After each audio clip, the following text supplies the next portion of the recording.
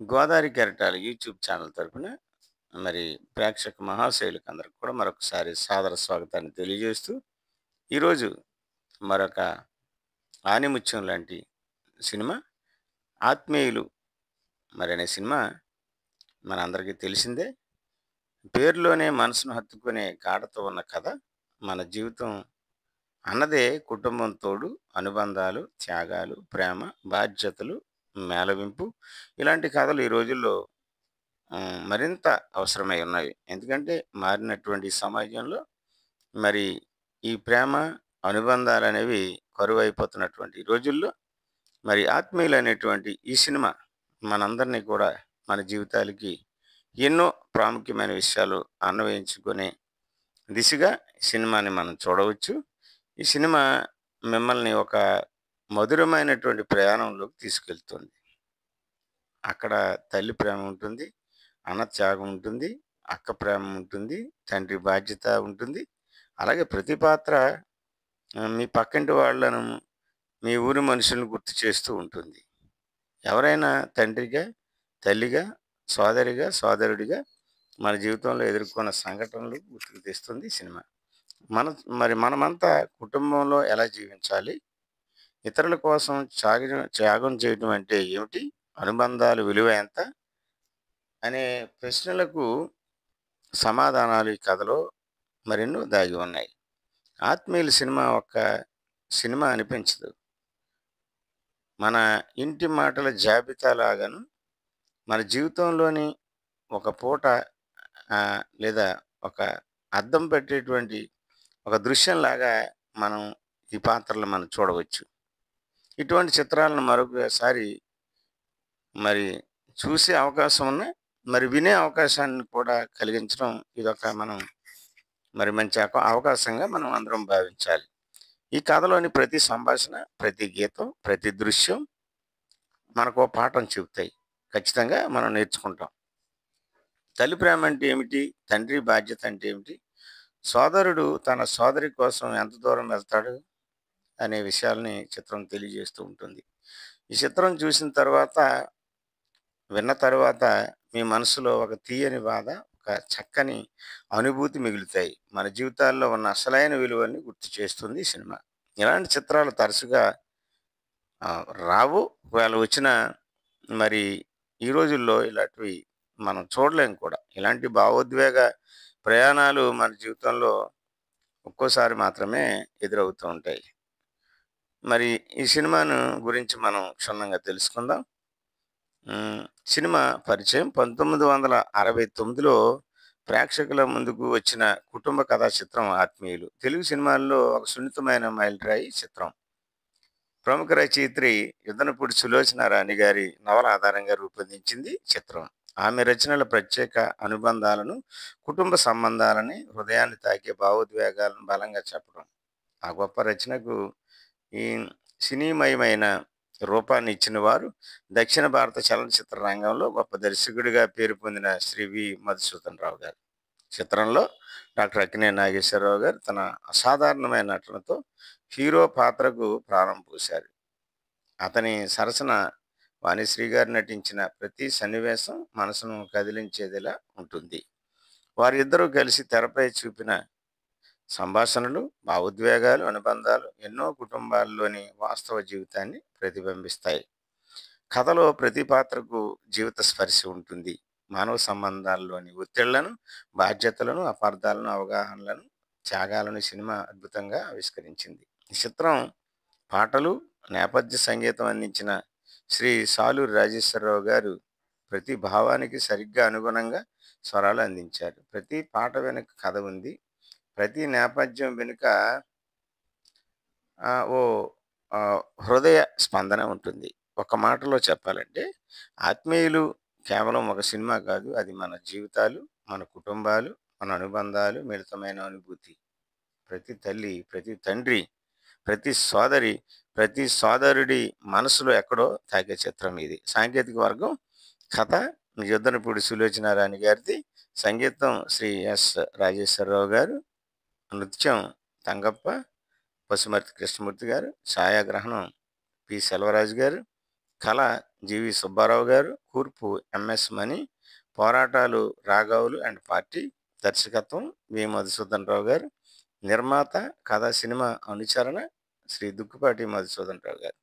Cinema ప్రత్యేకతలు మరియు వెనుక కథలు. ఆత్మీయులు సినిమా 1965లో విడుదలైన అప్పట్లో భారీ ప్రేక్షకుల ఆదరణ పొందిన కుటుంబ కథా చిత్రం. ఈ సినిమాకి శ్రీ యుద్ధనపూడి సులోచనారాణి గారు రచించినటువంటి నవల ఆధారంగా కథను రూపొందించారు. ఈ కథలో కుటుంబ బంధాలు, త్యాగం, ప్రేమ, బాధ్యత అనే ముఖ్యమైన భావోద్వేగ అంశాలు అద్భుతంగా మిళితమై ఉన్నాయి. దర్శకుడు శ్రీ మధుసూదన్ రావు గారు, సంగీత దర్శకుడు శ్రీ సాలూరి రాజేశ్వరరావు గారు, నటీనటులందరూ కలిసి సినిమాను తెలుగు సినిమా చరిత్రలో చిరస్థాయిగా నిలిపారు. ముఖ్యంగా శ్రీ అక్కినేని నాగేశ్వరరావు గారు వాణిశ్రీ నటనకు విమర్శకులు, ప్రేక్షకులు ప్రశంసలు కురిపించారు. అవార్డులు, బహుమతులు, గుర్తింపులు. 1969 నంది అవార్డు 2వ ఉత్తమ చిత్రం రజిత నంది. ఆంధ్రప్రదేశ్ ప్రభుత్వం ప్రతి ఏడాది ఇచ్చే నంది అవార్డులో ఆత్మీయుల చిత్రానికి 2వ ఉత్తమ ఫీచర్ ఫిల్మ్ అవార్డు అంటే రజిత నంది లభించింది. చిత్రీకరణ సమయంలో జరిగిన ప్రత్యేక ఘటనలు, అరుదైన విషయాలు. నవల నుండి పూర్తి స్థాయిలో సినిమా. అప్పటిదాకా తెలుగు సినిమా చరిత్రలో, పరిశ్రమలో నవల ఆధారంగా వచ్చిన చిత్రాలు తక్కువే. ఆత్మీయుల చిత్రం యుద్ధనపూడి సులోచనారాణి గారి నవల ఆధారంగా తెరకెక్కింది. నవలలో ఉన్న ప్రతి భావోద్వేగాన్ని అర్థం పెట్టేలా దర్శకుడు మధుసూదన్ రావు గారు అద్భుతంగా తీసుకున్నారు. సంగీత విశేషాలు. చిత్రానికి సంగీతం అందించిన సాలూరి రాజేశ్వరరావు గారి పాటలలో హృదయాన్ని తాకే తీయదనాన్ని నింపారు. అన్నయ్య కలలే పండేను అనే పాట అప్పట్లో చాలా ప్రజాదరణ పొందింది. ఈ పాటలు రేడియోలలో, హార్మోనియంల పైన చాలామంది మధురంగా ఆలపించిన పాటలుగా మనం ఇప్పటికీ అప్పటికి కూడా చెప్పుకోవచ్చు. వాణిశ్రీ కథానాయికగా ఎంపిక వెనుక ఆసక్తికర అంశం. మొదట ఈ పాత్ర కోసం మరో కథానాయికను అనుకున్న చివరి నిమిషంలో వాణిశ్రీ గారిని ఎంపిక చేయడం జరిగింది. దర్శకుడు ఆమె నటనా నైపుణ్యాన్ని చూసి నిర్ణయం మార్చాడట. అక్కినేని నాగేశ్వరరావు గారి పాత్ర. ఈ సినిమాలో ఏఎన్ఆర్ గారు మరింత కుటుంబ కథా చిత్రాల హీరోగా పేరు తెచ్చుకున్నారు. బాధ్యతలు మోసే అన్నయ్య ఆ పాత్రను ఆయన ఎంతో హృదయపూర్వకంగా పోషించారు. తమిళ రీమేక్. ఈ కథ తమిళంలో పెన్నిన్ వేజుకై అనే పేరుతో 1981లో రీమేక్ చేయబడింది. అక్కడ కూడా ఇదే స్థాయిలో ప్రేక్షక ధారణ పొందింది. చిత్రీకరణ విశేషం. కొన్ని కీలక సన్నివేశాలు హైదరాబాద్ శివార్లలో ఉన్న పాత జమీందారీ ఇళ్లలో నలుగురు పిల్లలతో సహా తీసిన సన్నివేశాలు ఇప్పటికీ ప్రేక్షకుల్లో నేపథ్య స్మృతులుగా నిలిచిపోయాయి. దర్శకుడు మధుసూదన్ రావు గారి గమనిక. ఈ సినిమా పూర్తి కుటుంబం కూర్చుని చూడవలసినటువంటి చిత్రం అని డైరెక్టర్ గారు స్పెషల్గా చెప్పారట. సంగీత విశ్లేషణ. చిత్రంలోని పాటలన్నీ కుటుంబ భావోద్వేగాలను ప్రతిబింబించేలా రాశారు. ప్రముఖ గాయకులు శ్రీ ఘంటసాల మాస్టర్ గారు, సుశీలమ్మ గారి గాత్రంతో చిత్రంలోని పాటలు మరింత హృదయాలకు హత్తుకున్నాయి. కళ్ళలో పెళ్లి పందిరి పాట ప్రేమ భావనను, అన్నయ్య కలలే పండేను అన్నదమ్ముల అనుబంధాన్ని, బాధ్యతను ప్రతిబింబిస్తాయి. మరిన్ని అరుదైన విశేషాలు. సారథి స్టూడియోస్ బ్యానర్పై చిత్రం నిర్మించబడింది. అప్పటి బడ్జెట్ పరంగా ఇది పెద్ద ప్రాజెక్టు. ఈ చిత్రంలో చిన్నారి పాత్రలు చేసిన పిల్లల నటనను దర్శకుడు ప్రత్యేకంగా అభినందించారు. ఫైనల్ క్లైమాక్స్ సీన్ కోసం 3 రీటేక్లు చాయిస్ చేసినట్లు తెలిసింది. ఎందుకంటే ఆ భావోద్వేగం ప్రేక్షకులకు పూర్తిగా చేరాలనే ఉద్దేశం. సినిమాకి వచ్చిన సెన్సార్ సర్టిఫికేట్ యు అంటే యూనివర్సల్ కుటుంబ సభ్యులతో చూసేందుకు అనువైనదిగా తేలింది. మొత్తం సమీక్ష. అంశం వివరాలు. అవార్డు 2వ ఉత్తమ తెలుగు చిత్రం నంది అవార్డు రజిత నంది. కథామూలం యుద్ధనపూడి సులోచనారాయణ నవల. దర్శకత్వం మధుసూదన్ రావు గారు, సంగీతం సాలూరి రాజేశ్వరరావు గారు, నటినట్లు అక్కినేని నాగేశ్వరరావు గారు, వాణిశ్రీ గారు, శోభన్ బాబు, శారద తదితరులు. ప్రత్యేకత తమిళ రీమేక్. పెన్నిన్ వెజుకాయ్ 1981లో విడుదల. చిత్రీకరణ హైదరాబాద్ పరిసర ప్రాంతాలు మరియు జమీందారీ ఇల్లు. ఆత్మీయులు చిత్రం తెలుగు సినిమా చరిత్రలో ఒక అమూల్యమైన మణిగా నిలిచింది. కుటుంబ కథ బంధాల విలువను చాటి చెప్పడంలో ఈ సినిమా మిగిలిన సినిమాల కంటే ప్రత్యేక స్థానం పొందింది. తండ్రి, అన్నయ్య బాధ్యతలు, తల్లి ప్రేమ, చెల్లెలు నమ్మకం ఇవన్నీ సినిమాలో అద్భుతంగా అంటే అనేక పాఠాలుగా రూపొందించాయి. పాత్రల పరిచయాలు మరియు వివరణాత్మక విశ్లేషణ.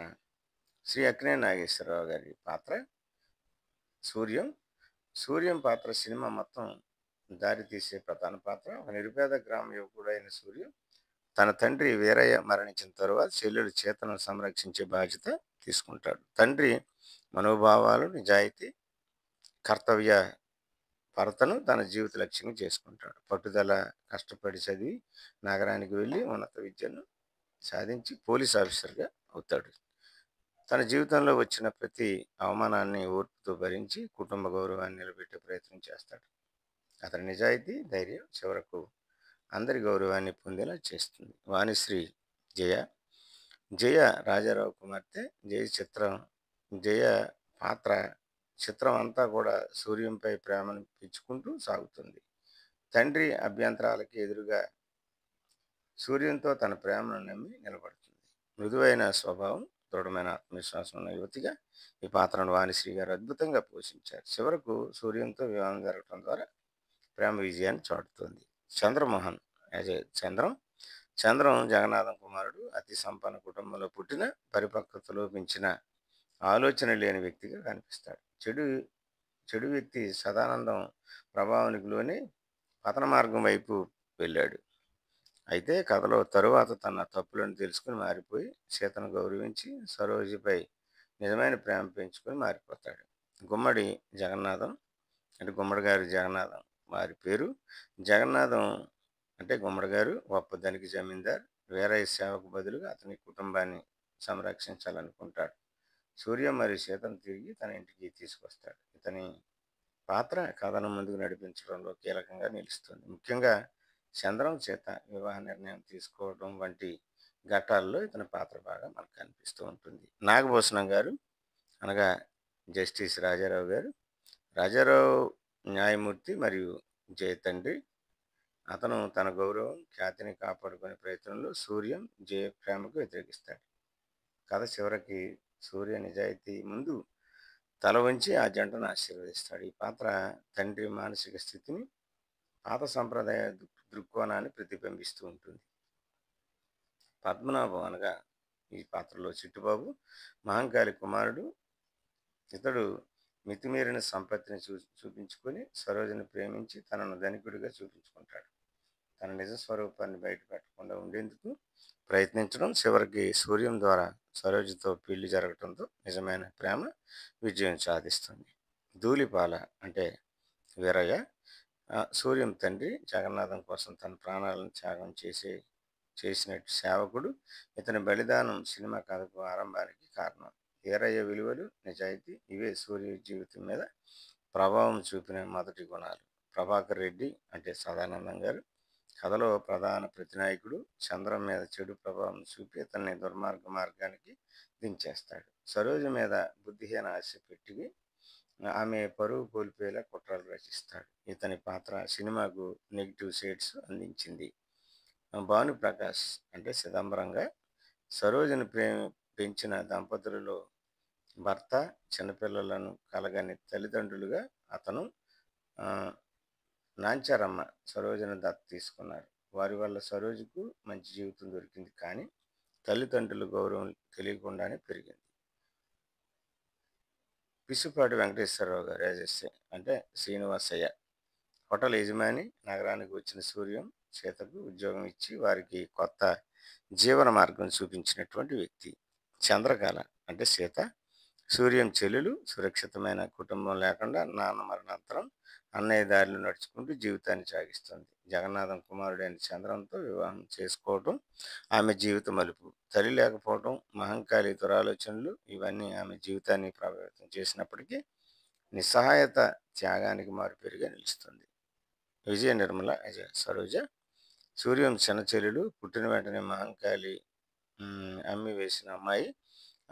ధనవంతుడిని పెళ్లి చేసుకోవాలని కలల కన్నా సరోజ చివరికి అన్నయ్యను గుర్తించి తన అసలైన కుటుంబానికి చేరుతుంది. సదానందం కుట్రల కారణంగా అపహాస్యం ఎదురైన చివరకు చిట్టుబాబుతో ఆమె పెళ్లి జరగడంతో శుభ ముగింపు పొందింది. సూర్యకాంతం అంటే మహంకాళి వీరయ్య సోదరి. అత్యంత కపటి, స్వార్థపరమైన, దురాశపడ్డ మహిళ. తన కొడుకు చిట్టుబాబును గొప్పవాడిని చేయాలని సూర్యం చేతలను పాడుపరిచింది. చిన్న పాప సరోజను అమ్మేసిన ఘాతుకం కూడా చేసింది. రాధాకుమారి అంటే నాంచరమ్మ చిదంబరం భార్య సరోజను ముద్దుగా పెంచిన అమ్మగా కనిపిస్తుంది. సరోజ మంచి లాలన పాలనలతో పెరిగిన దానికి కారణమైన సాదా పాత్ర మరి నాంచరమ్మ. రుక్మిణి అంటే పార్వతి చిన్న పాత్రలో కనిపించిన సహాయ పాత్ర, ఇంటి పనుల్లో ఉండే మహిళగా కథలో చిన్న సహాయక భాగం. ఈ పాత్రలన్నీ కలిసి ఆత్మీయుల చిత్రాన్ని గాఢమైన కుటుంబ సంబంధాల, ప్రేమ, త్యాగం, పరిత్యాగ భావాల నిండిన ఒక గొప్ప కుటుంబ కథా చిత్రంగా నిలిపాయి. ప్రతి పాత్ర దాని స్థాయిలో కథలో మాధుర్యాన్ని జోడించి ప్రేక్షకుల హృదయాలను గెలుచుకున్నాయి.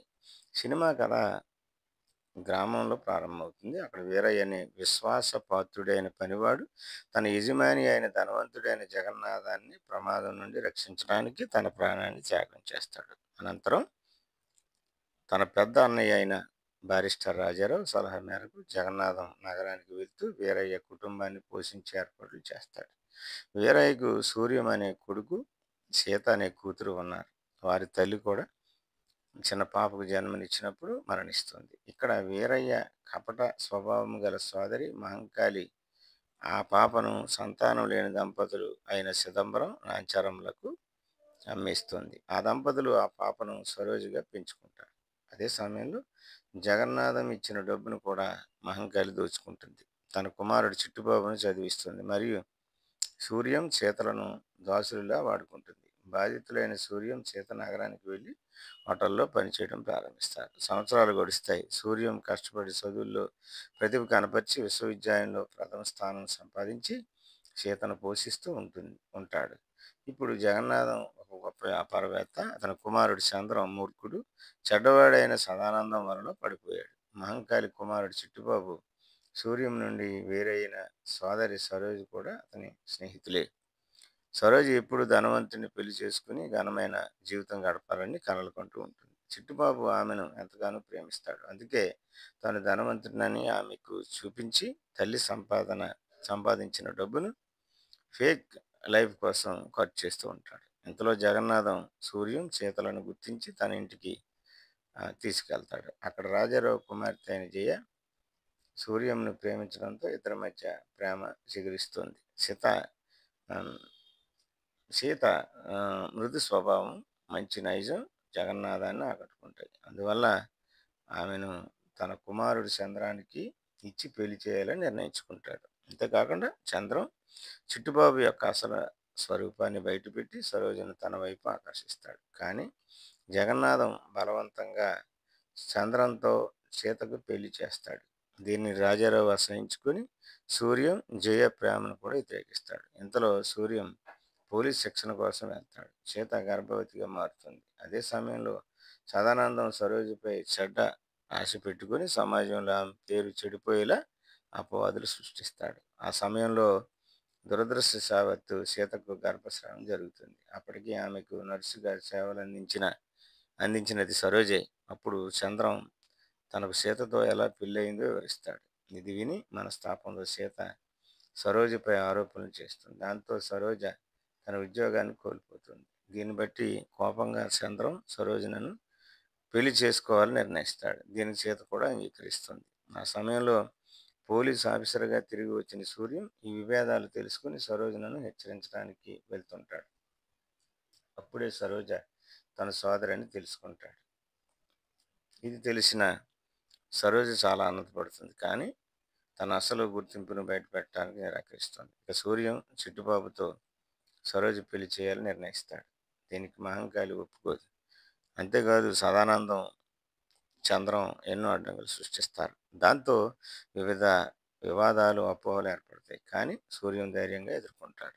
చివరికి అన్ని విషయాలు వెలుగులోకి వస్తాయి. రాజారావు కూడా సూర్యం నిజాయితీకి మెచ్చుకుంటాడు. చివరగా సూర్యం జైలు, చిట్టుబాబు, సరోజుల వివాహంతో సినిమా హర్షోల్లాసంగా ముగుస్తుంది. ముఖ్యమైన సన్నివేశాల విశ్లేషణ. వీరయ్య త్యాగం మరి ఆత్మార్పణ ఘట్టం.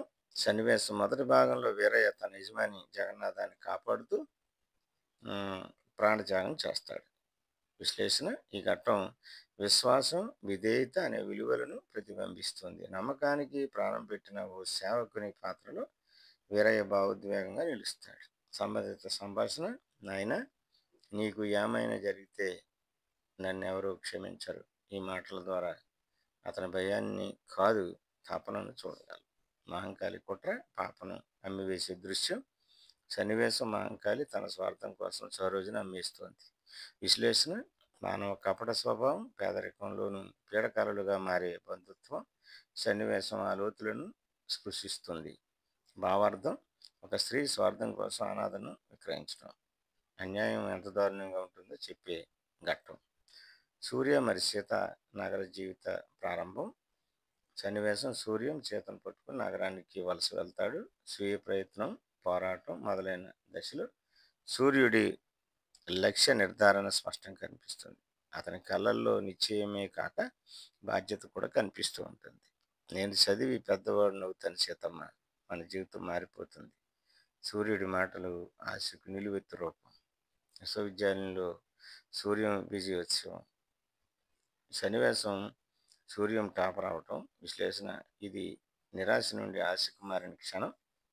ఇది తల్లిదండ్రుల కళలు నెరవేర్చే ప్రతి ఒక్కడికి ప్రేరణ.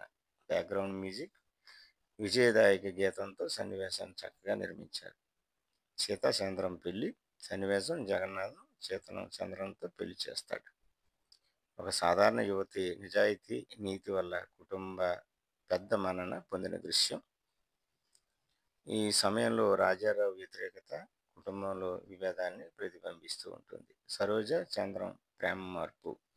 చంద్రం చిట్టుబాబు యొక్క వాస్తవ స్వరూపాన్ని తెలుసుకుని సరోజ ప్రేమను తన వైపు తిప్పడం. ప్రేమలో నిజాయితీ ప్రాముఖ్యత తెలియజేసే ఘట్టం. దీనివల్ల ఆత్మీయతపై కలుషిత అహంభావం ఎలా ఊడిపోతుందో చెప్తూ ఉంటుంది. సీత గర్భస్రావం, అపవాదుల నేపథ్యం. సన్నివేశం: సరోజ నర్సుగా ఉంటూ సేవ చేస్తే కూడా ఆమెపై అపవాదులు రావటం. సమాజంలోని నమ్మక సమస్య. స్త్రీలపై అసత్య ఆరోపణల నేపథ్యం. ఈ ఘట్టం నిస్సహాయతను, బాధను బలంగా చూపిస్తూ ఉంటుంది. డైలాగ్: నేను తప్పేమి చేయలేదు, కానీ నన్నెవరో నమ్మటం లేదు. సరోజ వైపు మనసు లాగించే ఓ అర్థాంతర పదజాలం. సరోజ నిజం తెలుసుకున్న సూర్యం. సన్నివేశం: సూర్యం సరోజ తన చెల్లెల్ని తెలుసుకునే క్షణం. ఇది భావోద్వేగమైన అస్తిత్వ గమనం. కుటుంబంలోని విడిపోయిన బంధాలు ఎలా కలుసుకుంటాయో చూపిస్తుంది. మ్యూజిక్ అండ్ సెలెన్స్ భావోద్వేగంగా గొప్పగా. సంగీతంలో మరి అరుదైనటువంటి ఒక ఘట్టాన్ని ఈ చిత్రంలో చూపించినట్లుగా మనం చూడగలం. వివాహానికి ఎదురు దెబ్బలు, వ్యతిరేకతలు, తుఫాను. సన్నివేశం: సూర్యం సరోజ చిట్టుబాబు వివాహాన్ని జరిపేందుకు ప్రయత్నించగా వచ్చే అడ్డంకులు. ఇది హీరో ధైర్యం, విలన్ల దురుద్దేశం, సమాజంలో సంక్షోభాల మీద న్యాయం ఎలా గెలుస్తుందో చూపించేటువంటి ఘట్టం. ముగింపు: రెండు జంటల వివాహం.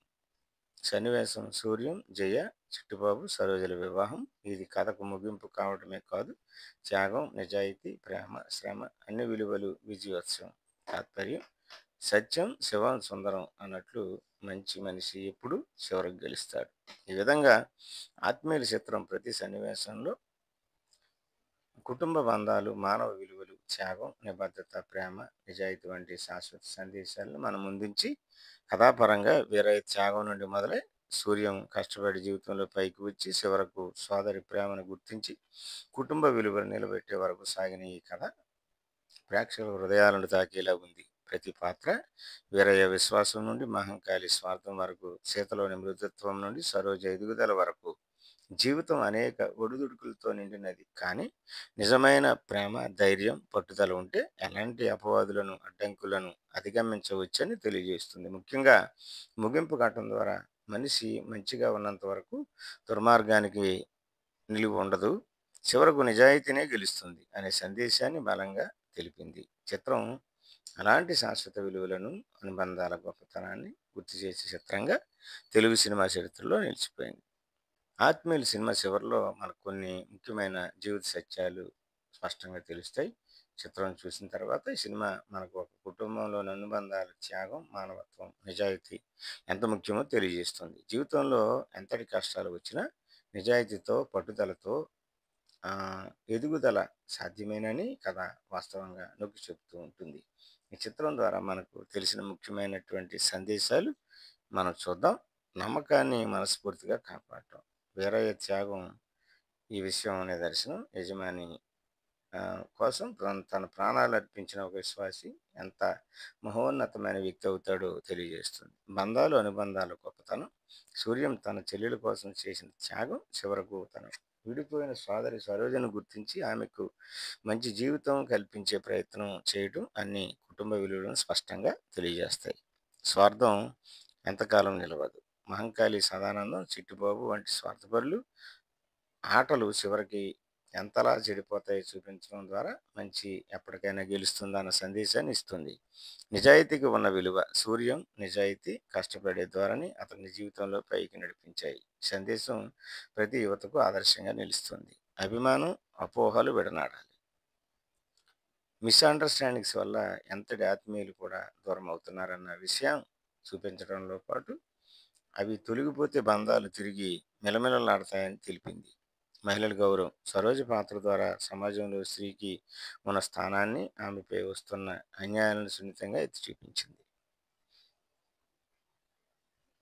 మరి ఆత్మీయులు వంటి కుటుంబ కథా చిత్రం మనందరినీ ఆలోచింపచేసేలా చేస్తుంది. జీవితంలో ధనం, పదవి, ప్రభావం తాత్కాలికం, కానీ కుటుంబ బంధాలు, నమ్మకం, ప్రేమ శాశ్వతం. జీవితంలో ఎంతటి దారుణమైన అనుభవాలు ఎదురైనా మనిషి మనసును మలినం కాకపోతే చివరకు సంతోషమే దక్కుతుంది. మనం చేసిన మంచి పనులు, నిజాయితీకి కలిగే గౌరవం ఎప్పుడూ వృధా కాదు. డియర్ ఫ్రెండ్స్, మరి ఇంతవరకు ఈ ఆత్మీయులు చిత్రం ద్వారా మీరు అనేక విషయాలు తెలుసుకున్నారని మేము భావిస్తూ ఉన్నాం. ప్రతిరోజు కూడా మరి ఎంతో అమూల్యమైనటువంటి, అంటే మన జీవితాలకు అద్దం పెట్టి మన జీవితాలని ఆలోచింపచేసేటువంటి ప్రతి అంశాన్ని కూడా మీ యొక్క గోదావరి కెరటాలు యూట్యూబ్ ఛానల్ ద్వారా మీ అందరికీ తెలియచేయడం జరుగుతుంది. కనుక తప్పనిసరిగా మీరు అందరూ మా ఛానల్ని సబ్స్క్రైబ్ చేయండి. ఓ చామంతి ఏమిటే ఈ వింత, ఈ చిన్నవానికి కలిగే నేల గిలిగింత, లేని పులకింత. ఓ